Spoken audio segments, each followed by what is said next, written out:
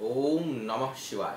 मैं हूं ज्योतिर्विद पंडित दीपक दुबे और उपस्थित हूं आपके साथ इस सप्ताह अर्थात 7 अगस्त से 13 अगस्त का राशिफल लेकर। साप्ताहिक राशिफल में मैं किसी न किसी विषय पर चर्चा करता हूं। वो मेरे से संबंधित हो सकती है, आपसे संबंधित हो सकती है, जन सामान्य से संबंधित हो सकती है। और ये चर्चा मैं मंथली राशिफल या ट्रांजिट या किसी ओकेजन पर्व वगैरह पे नहीं करता। साप्ताहिक में एक संवाद का प्रयास करता हूं कि केवल राशिफल एक मशीन की तरह चीज़ों को ना सुने, बल्कि हम जीवन में बहुत सी अच्छी और बुरी चीज़ों से पाला पड़ता है, तो एक अनुभव शेयरिंग हो हमारे और आपके बीच में। और कोई ऐसा प्रश्न जो जीवन से संबंधित हो, कुंडली छोड़ करके कि ये कुंडली ये देख लीजिए, ये राशिफल बता दीजिए, ये ग्रह ऐसे हो रहा है, वो सब चीज़ें मत डाला करिए यूट्यूब पे। मेरे लिए संभव नहीं होता वो जवाब देना, और वो प्रोफेशन भी है तो मुझे उसको कहने में भी कोई दिक्कत नहीं। वो मेरा प्रोफेशन है तो उसको आप वेबसाइट के माध्यम astrotips.in के माध्यम से भेजा करें। लेकिन जो अच्छे संदेश आते हैं, कुछ बुरे संदेश आते हैं, उसमें हमेशा मेरा प्रयास होता है कि अच्छे संदेशों को तो चलिए वो उससे सबको अच्छा लगता है सुनना, मुझे भी अच्छा लगता है। कभी कभी बड़े बुरे संदेश आते हैं, और इस बार भी कोई बब्बर साहब हैं, जी खोल के गालियां दिए हुए हैं, खूब गालियां भेजी है उन्होंने लिख करके। सिख धर्म होगा मेरे ख्याल से आपका, और मैं कृष्ण को मैं गुरु मानता हूँ। शिव मेरे आराध्य हैं और कृष्ण मेरे गुरु हैं। तो कृष्ण का सूत्र है कि युद्ध से बचना चाहिए, किसी प्रकार से विवाद से बचना चाहिए, वो अंतिम होना चाहिए। यानी अगर भागना भी पड़े छोड़ करके, प्रणाम करने से, हाथ जोड़ने से, भागने से वो टलता है, तो मनुष्य को उसे टालना चाहिए। और चूंकि हम लोगों का तो ये वर्चुअल दुनिया है, तो इसमें क्या किसी से लेना। लेकिन कोई व्यक्ति 12 बजे रात को, 1 बजे रात को, 1:30 बजे रात को अगर 4-4, 5-5 पैरा अलग अलग मैसेज लिख करके लिखता है यूट्यूब पर, तो मैं उसकी मानसिक स्थिति और उसकी परेशानियों को समझ सकता हूँ, किस मानसिक स्टेज में गुजर रहा है। बहुत से लोगों के साथ ऐसा होता होगा। पहली चीज देखिए, आप किसी भी धर्म के मानने वाले हों, हम भी किसी धर्म को मानते हैं, आप भी किसी धर्म को मानते हैं, हमारी वीडियो ग्लोबल है, बहुत से धर्म के लोग इसको देखते और सुनते हैं। हम किसी को गाली देकर या काट कर उस धर्म को छोटा नहीं कर पाएंगे। हमें अपने आचरण से, अपने प्रयासों से, अपने ज्ञान से हम परास्त कर सकते हैं। लेकिन हम किसी को गाली देकर, किसी की उलाहना कर, किसी को छोटा करके, किसी को मार के हम नहीं कर पाएंगे। हम अपने धर्म का विस्तार नहीं कर पाएंगे, हम लोगों को प्रभावित नहीं कर पाएंगे। और मैं तो चूंकि जाता हूँ टीवी डिबेट वगैरह में, तो सभी धर्म के लोगों से मेरा पाला पड़ता है। सिख धर्म में जो गुरु ग्रंथ साहब है, पवित्र गुरु ग्रंथ साहब है, अद्भुत ग्रंथ है वो। मैं उसका भी पूरा तो ज्ञान नहीं है, लेकिन मैं उसका यदा कदा मैंने अनुभव किया, तो उसमें इतना बढ़िया संग्रह है अलग अलग काल के, रामानंद जी का, कबीर जी का, फरीद जी का, नामदेव जी का, गुरु नानक साहब का, इतने संतों की उसमें वाणियाँ हैं कि अगर आप अपने धर्म को भी ठीक से माने तो आप दूसरों को गाली नहीं दे पाएंगे। गुरु नानक साहब का एक जो है वो शब्द है, गुरु ग्रंथ साहब में संग्रह में है, गुरु नानक देव का, जब आप पढ़ेंगे उसमें, कि आप वो बोलिए जो आपके लिए सम्मान लाए। यानी ऐसे शब्दों का आप प्रयोग करें जिससे आपको सम्मान प्राप्त हो। एक शब्द का उनका कोटेशन है, कोट है गुरु नानक साहब का। तो आप विजयी तभी बनेंगे जब आप बेहतर व्यवहार करेंगे, बेहतर आप, और समय का सदुपयोग। मैं इस पर पहले भी एक बार बोल चुका हूं कि अपने समय का, आप किसी भी धर्म के मानने वाले हों, किसी भी पंथ के मानने वाले हों, बेहतर हो कि हम दूसरों की आलोचना, दूसरों को गाली देने में, दूसरों के समस्याओं में, दूसरों की चीज़ों में, उसमें नुक्ताचीनी करने, उनको उसके साथ गाली गलौज करने, उनके साथ मारपीट करने के बजाय, हम अगर अपने धर्म के सच्चे अनुयायी हैं तो हम अपने धर्म का विस्तार, उसका ज्ञान, उसकी पद्धति को समझें, पढ़ें, उसके अर्थ को जानें और उस विधि को अपनाएं। हमेशा बोलता हूं मैं कि ईश्वर को पाने, ईश्वर मतलब क्या? सफलता। साधारण बात बोलूं तो ईश्वर मतलब प्रसन्नता, ईश्वर मतलब सफलता, ईश्वर मतलब मुक्ति। किसी चीज को पाने की चाह, वो मिल गई, मुक्ति हो गई हमको। अब एक देखिए बहुत प्रैक्टिकल उदाहरण, भक्ति वगैरह ज्ञान की बात करता हूं तो बहुत डीप हो जाता है। बहुत आप सामान्य भाषा में अगर मैं समझाऊं तो हर व्यक्ति, चाहे वो किसी भी क्षेत्र का हो, उसकी चाह क्या होती है? एक अच्छी गाड़ी, एक अच्छा मकान। किसी को ज़्यादा भूख होती है तो 2 गाड़ी, 4 गाड़ी, 6 गाड़ी, कई बड़े बड़े एक्टर हैं बॉलीवुड और हॉलीवुड के, उनके पास 100 गाड़ियाँ होती हैं, 10 मकान 15 मकान, दुबई में हो, हांगकांग में हो, यूएस में हो, कनाडा में हो, लेकिन अंततोगत्वा 1 या 10 मकान, 1 या 10 गाड़ी, यही चाह होती है। उसको पाने के देखिए लेकिन रास्ते अलग अलग हैं। एक अकाउंटेंट के पास भी हो सकती है, एक बिजनेसमैन के पास भी हो सकती है। अब मर्सिडीज कार एक है, बहुत से लोगों के पास होगी, डॉक्टर के पास भी होगी, इंजीनियर के पास भी होगी, वकील के पास भी होगी, बिजनेसमैन के पास भी होगी, कोई बड़ा कबाड़ी वाला स्क्रैप का बिजनेस करता होगा उसके पास भी होगी। इसका मतलब क्या हुआ कि हमको एक चीज पाने के रास्ते या माध्यम अलग अलग हैं, लेकिन हर माध्यम से हम सफल यदि हो जाएं तो हम उसे पा सकते हैं। यही भक्ति है कि हम चाहे चैतन्य के माध्यम से जाएं, चाहे नानक के माध्यम से जाएं, चाहे बुद्ध के माध्यम से जाएं, चाहे कबीर के माध्यम से जाएं, चाहे तुलसी के माध्यम से जाएं, अंतिम जो लक्ष्य है, अंतिम उद्देश्य है, वो है शांति और सफलता। तो मेरी सलाह है आप जैसे तमाम युवाओं को, जो रात का समय, बहुमूल्य समय, जब या तो सोना चाहिए या ध्यान करना चाहिए या अध्ययन करना चाहिए, उसका समय आप बेहतर कार्य में लगाएं। जिस धर्म को फॉलो करते हैं उस धर्म के अपने गुरुओं की बातों को माने, और ताकि उससे आपका और उस धर्म का विस्तार हो सके। क्योंकि अदरवाइज तो यूजलेस है ना, मुझे क्या फर्क पड़ता है, मैं तो फिर राशिफल दूंगा, मैं तो फिर चर्चा करूंगा, क्योंकि मैं अपने धर्म का, मैं तो सनातन धर्म का फॉलोअर हूँ। हमारे में है सर्वे भवन्तु सुखिनः सर्वे सन्तु निरामया सर्वे भद्राणि पश्यन्तु माँ कश्चित् दुःखभाग् भवेत्। तो सभी सुखी हों, और ये लगभग सभी धर्म चाहता है, अगर उस धर्म के वास्तविक उसमें जाए, सभी सुखी हों, सभी प्रसन्न हों, ये इच्छा शक्ति। हाँ, गृहस्थ जीवन में हूँ तो सन्यासी या संत नहीं हूँ, मैं भी मैं कोई सन्यासी संत नहीं हूँ, लेकिन हाँ इतना अवश्य है कि प्रयास ये होता है कि अपनी चीज़ों को मैं बढ़ाऊं और दूसरों को भी सही सलाह दूं, ये मेरा उद्देश्य है।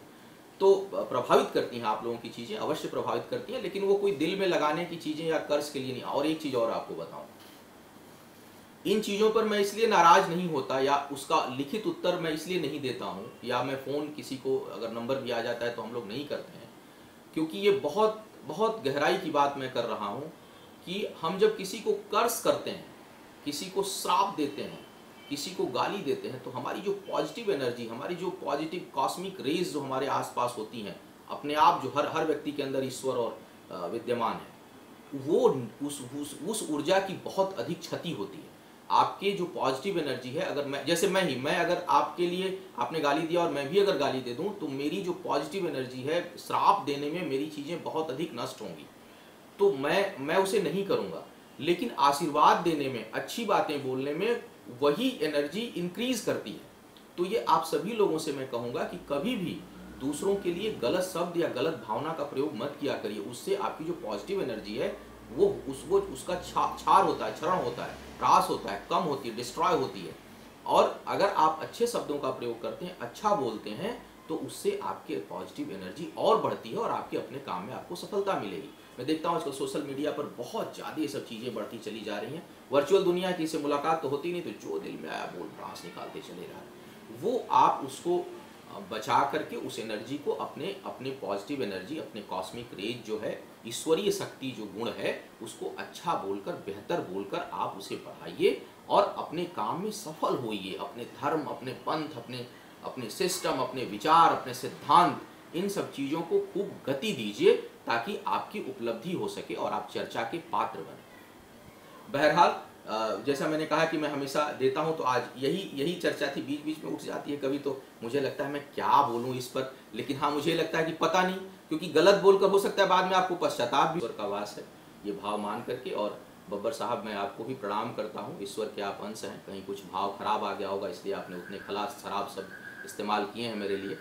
बहरहाल राशियों पर अब आऊँगा, और एक ही नहीं, ऐसे कई लोगों के बीच बीच में हाला आ जाता है। हाला संख्या कम होती है, लेकिन 100 में 2-4 लोगों के आते रहते हैं। तो मुझे लगता है कि ये गलत राह पर हैं। अगर ये सही राह पर आ जाए तो शायद ऊर्जा तो है इनके अंदर, तेज तो है, क्योंकि तेज नहीं होता तो नहीं है, इतना मुखर होकर नहीं बोलते। मुखर होकर जो भी व्यक्ति बोलता है उसके अंदर बहुत तेज होता है।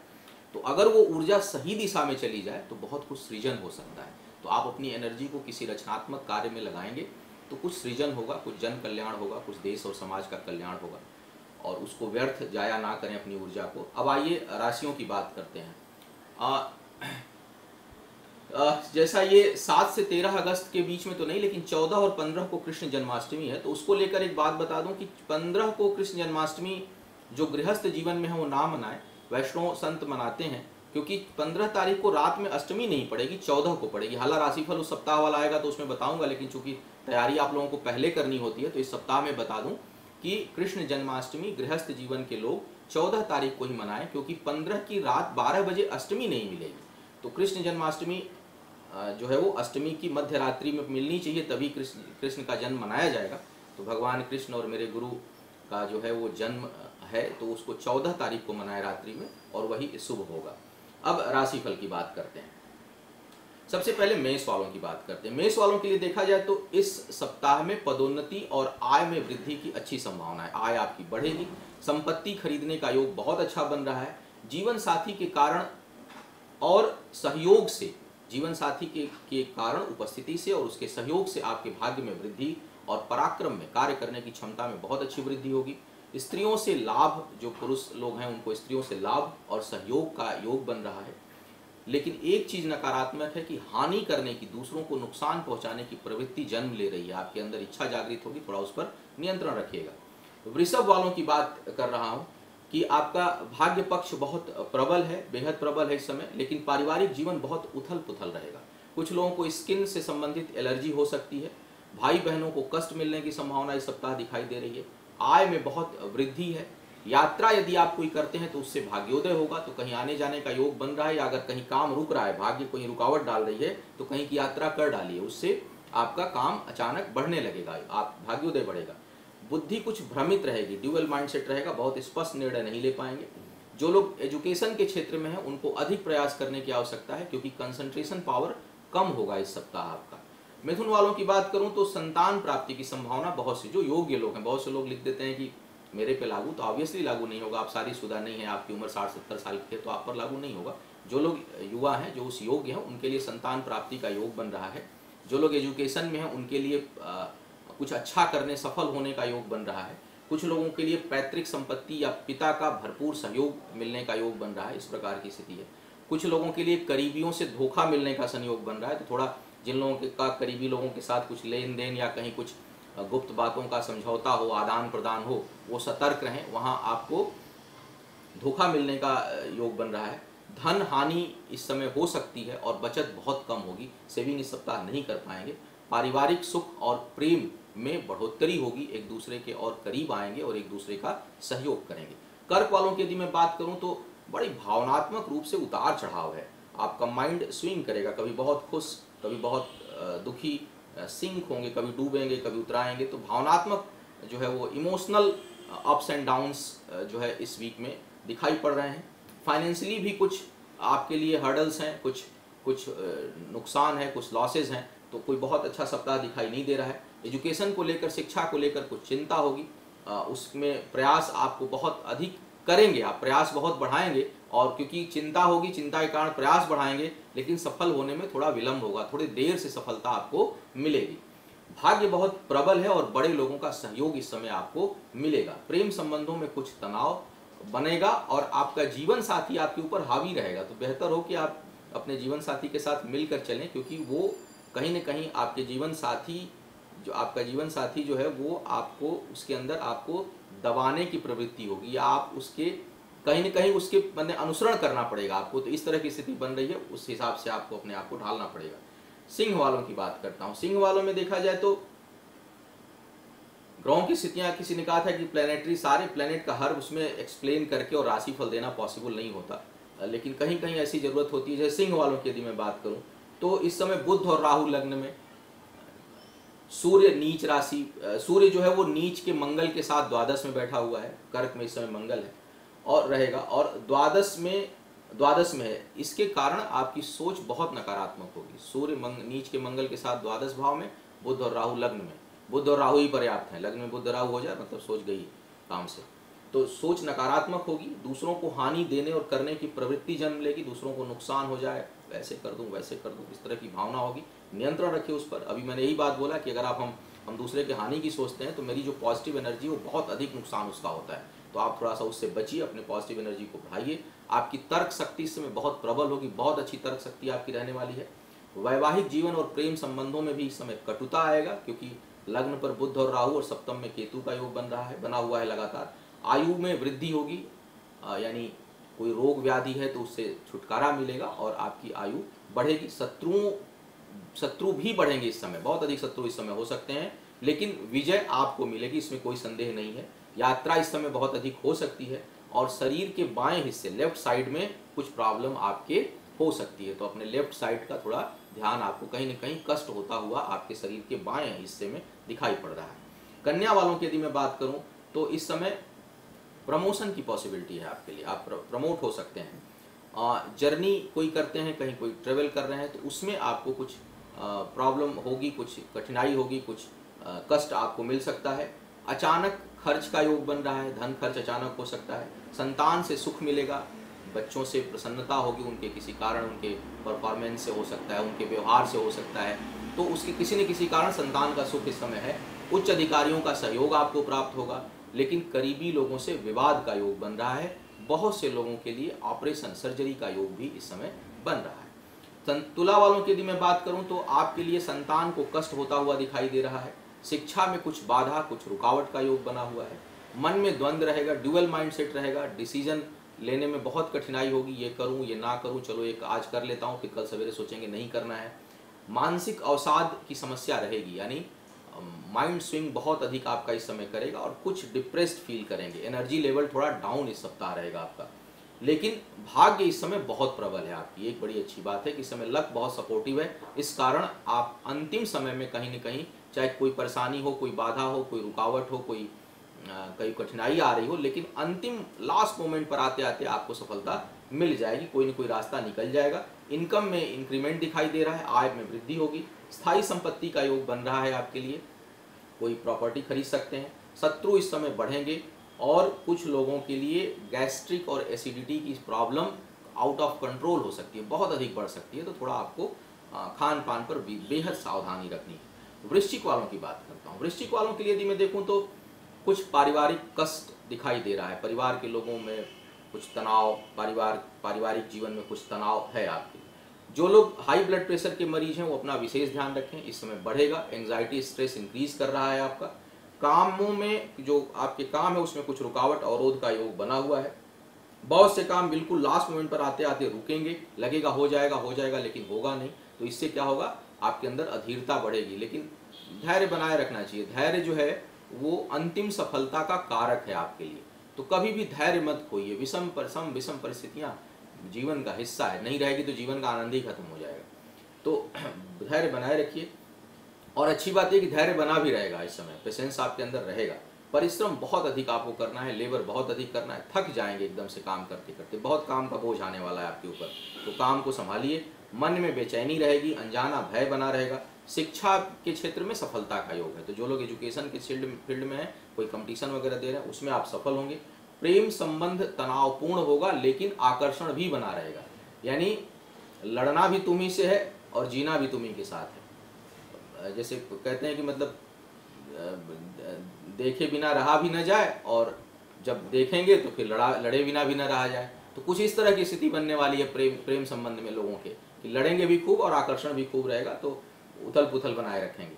धनु वालों की अब बात करता हूँ। धनु वालों के लिए देखूं तो मन आपका अशांत रहेगा इस समय, अनिद्रा की समस्या होगी, अनजाना भय परेशान करेगा, लेकिन आय बनी रहेगी, आर्थिक स्थिति आपकी अच्छी रहेगी। यात्रा कर सकते हैं, कुछ बहुत महत्वपूर्ण कार्य इस सप्ताह में आप कर सकते हैं, इस तरह का योग बन रहा है। स्थायी संपत्ति का योग लगातार बना हुआ है आपके लिए, अभी भी बना हुआ है। कार्यस्थल पर जहां आप काम करते हैं वहां मानसिक स्थिरता नहीं रहेगी, वहां मानसिक बेचैनी होगी, आप बेचैनी और एंग्जाइटी फील करेंगे अपने वर्क प्लेस पर, तो वो उस पर थोड़ा सा आप किसी भी तरह से नियंत्रण रखिए। कुछ मेडिटेशन से, ध्यान से, पानी पी करके, ठंडी चीज़ें खाकर, अच्छी चीज़ें सुनकर, जो अच्छा लगता हो, अच्छी म्यूज़िक, कहीं घूमना फिरना, तो ये सब चीज़ों को करके थोड़ा अपने आप को आप एनर्जेटिक बनाए रखिए। वाद विवाद की संभावना बन रही है, उस पर भी आपको थोड़ा नियंत्रण रखना है, और कभी भी लड़ाई झगड़ा हो तो निकल जाना चाहिए, अपने आप को उसमें उलझाना नहीं चाहिए, क्योंकि उससे आपका बहुमूल्य समय, ऊर्जा सब नष्ट होती है। तो उससे अच्छा है कि आप निकल जाएं, अपना उसमें पड़े नहीं। मकर वालों की यदि मैं बात करूं तो जीवन साथी के स्वास्थ्य की समस्या और उसके साथ साथ वैचारिक मतभेद, इस तरह की स्थिति बन रही है। कुछ लोग जो नौकरी की तलाश में हैं उनके लिए नौकरी मिलने की संभावना बन रही है। यात्रा यदि आप कोई करते हैं तो उससे लाभ भी होगा और आपके चीज़ों में बढ़ोतरी भी होगी। तो यात्रा कोई बन रही है तो कर डालिए, नहीं बन रही तो वैसे ही कहीं जाके घूम आइए, उससे आपकी चीज़ें बढ़ेंगी। स्थान परिवर्तन यदि आप करते हैं तो आपके लिए ठीक रहेगा। कुछ नहीं हो रहा तो अपने घर में जरा सामानों को स्थान परिवर्तित कर दीजिए, क्योंकि कुछ परिवर्तन यदि आप करेंगे इस समय तो वो आपके लिए उत्थान देने वाला होगा। शिक्षा में कुछ रुकावट है और जो कुछ कर रहे हैं, जो इस समय एजुकेशन के जो में लोग हैं, जो बच्चे जो लोग पढ़ाई कर रहे हैं, उनके साथ इस समय ऐसी समस्या होगी, जो कर रहे हैं उसमें मन नहीं लगेगा, कुछ और करने की सोचेंगे। हो सकता है बीटेक कर रहे हो तो मन में आएगा कि नहीं बीटेक नहीं करना, मुझे बीकॉम करना है, मुझे फाइनेंस करना है, मुझे मैनेजमेंट करना है। तो इस तरह का मतिभ्रम स्टार्ट होने वाला है। थोड़ा सा जरूरत नहीं है आप किसी एक चीज़ में, जैसे मैंने पहले भी कहा कि अंतिम सफलता किसी भी लाइन में मिल सकती है आपको, बशर्ते आप उसमें डेडिकेट होकर के काम करें। तो आप गाड़ी मकान किसी भी लाइन से खरीद सकते हैं, अच्छे अकाउंटेंट बन के भी खरीद सकते हैं, अच्छे इंजीनियर बन के भी खरीद सकते हैं। तो खुशियां हासिल हो सकती हैं किसी भी क्षेत्र से, बशर्ते आप सफल हों। तो आप परेशान मत होइए, जिस लाइन में राह पकड़ लिया उसी राह पर चलिए, वहीं आपको अंतिम गंतव्य कहीं न कहीं मिल जाएगा। हर मोड़ पर प्रसन्नता है, बशर्ते हम धैर्य के साथ आगे बढ़ते रहें। कुछ लोग जिनको सांस संबंधी और एलर्जी संबंधी समस्या है वो बढ़ सकती है, तो रेस्पिरेटरी प्रॉब्लम्स हो सकती है, एलर्जी से रिलेटेड प्रॉब्लम इंक्रीज कर सकती है। तो थोड़ा आप सावधान रखिएगा खान पान और सोने उठने बैठने में। कुंभ वालों की बात करूं तो आय में भी वृद्धि का योग है, लेकिन खर्च में भी वृद्धि का योग है। इनकम और एक्सपेंडिचर दोनों हाई साइड में रहेंगे, बड़े रहेंगे। आपसी रिश्तों में मतभेद दिखाई दे रहा है, वैचारिक मतभेद है। कार्यस्थल पे जहां आप काम करते हैं वहां बड़े प्रभावशाली रहेंगे, बड़े दबंग रूप से आपका प्रभाव रहेगा जहां आप काम करते हैं उस जगह पर। जीवन साथी के साथ थोड़ा समझौतावादी रवैया अपनाइए, कंप्रोमाइजिंग मोड में हो जाइए अपने लाइफ पार्टनर के साथ, या गहरा प्रेम संबंध हो। वहाँ कई लोग बोलते हैं हम तो लिविंग में रह रहे हैं, मैंने शादी नहीं की है, तो हमारे पे भी लागू होगा। ज्योतिष में गंधर्व विवाह यानी फिजिकल रिलेशन भी अगर आपका किसी से है, आप लिविंग में रह रहे हैं या बहुत अंतरंग प्रेम है, तो आपने सामाजिक दायरा नहीं बनाया हुआ है, कोर्ट में जाकर रजिस्ट्रेशन नहीं कराया हुआ है, या आपने 7 फेरे नहीं लिए हुए, फिर भी आप शादीशुदा माने जाते हैं। तो आप ये मान के चला करिए कि जब मैं जीवन साथी या रिश्ते बोलता हूँ तो आप दोनों को मान के चला करिए, चाहे आप लिविंग रिलेशनशिप में रह रहे हो, चाहे आप किसी से साथ बहुत आपका इंटीमेट रिलेशनशिप हो, या आप मैरिड लाइफ हो, तीनों को आप रिश्तों में मान के चला करिए कि वहाँ पर आपको थोड़ा कंप्रोमाइजिंग मोड में होना पड़ेगा, थोड़ा समझौतावादी हो जाइए, अन्यथा तनाव बढ़ेगा। शिक्षा प्रतियोगिता में जो लोग हैं उनको बहुत अच्छी सफलता का योग है, विशेष करके जो लोग टेक्नोलॉजी और अकाउंट के फील्ड में हैं, तो अकाउंट और टेक्नोलॉजी के फील्ड वालों को बहुत अच्छी सफलता का योग है इस सप्ताह, और शत्रुओं से इस सप्ताह आपको सावधान रहना है। मीन वालों की यदि मैं बात करूं तो आपके लिए भी पर्सनल लाइफ पर व्यक्तिगत जो सुख है उसमें बहुत वृद्धि होगी। जैसे कोई लग्जरी चीज़ खरीदना है, लेना है, आना है, जाना है, खाना है, पीना है, सोना है, इसमें जो है वो वृद्धि होगी। लेकिन प्रेम संबंधों में कुछ तनाव रहेगा आपके लिए। सुख और उपभोग की वस्तुओं को खरीदेंगे। बहुत अच्छी इस समय बौद्धिक क्षमता है, डिसीजन पावर बहुत अच्छा है, बौद्धिक क्षमता बहुत अद्भुत है। जो लोग बोलने का खाते हैं, जो लोग कहीं व्याख्यान करते हैं, जैसे ओरेटर हों, न्यूज़ रीडर हों, कोई भी ऐसा व्यक्ति जो स्टेज पर या मासेस को जो है वो में बोलता हो, वो उसका परफॉर्मेंस इस सप्ताह बहुत अच्छा रहने वाला है, बहुत अच्छा बोलेगा। ओरेशन बहुत अच्छा इस सप्ताह रहने वाला है। जो लोग व्यापारी बिजनेस में है या सेल्फ एम्प्लॉयमेंट है, सेल्फ प्रोफेशनल हैं, इंडिविजुअल प्रोफेशनल हैं, उन लोगों को इस सप्ताह बहुत लाभ मिलने वाला है। पानी से और विषैले जंतुओं से, जहरीले जंतुओं से, जीव जंतुओं से सावधान रहिए। इस सप्ताह बहुत से लोगों को खतरा हो सकता है। मीन लग्न के लोगों को गहरे पानी और विषैले जंतु, इससे आपको खतरा है, विशेष करके 9 तारीख से 11 तारीख के बीच में। तो आपके घर परिवार में कोई मीन लग्न का हो तो उसको, या आप स्वयं हो, तो थोड़ा सा 9 से 11 के बीच में इन चीज़ों को में सावधानी रखनी है। तो यह था इस सप्ताह का राशिफल, और मुझे उम्मीद है आपको मार्गदर्शन मिलेगा। आपके अच्छे और बुरे दोनों संदेशों का जो है वो की प्रतीक्षा रहेगी। मुझसे परामर्श लेना हो तो astrotips.in पर आप जाकर वहाँ के उसके माध्यम से आप अपनी मेरी सेवाएं ले सकते हैं। आपका आने वाला समय शुभ हो, आयु, आरोग्य और ऐश्वर्य की वृद्धि हो। इन्हीं शुभकामनाओं के साथ भगवान शिव की अनुकंपा हो, इस भावना के साथ आप सभी से विदा लेना चाहूँगा। ओम नमः शिवाय।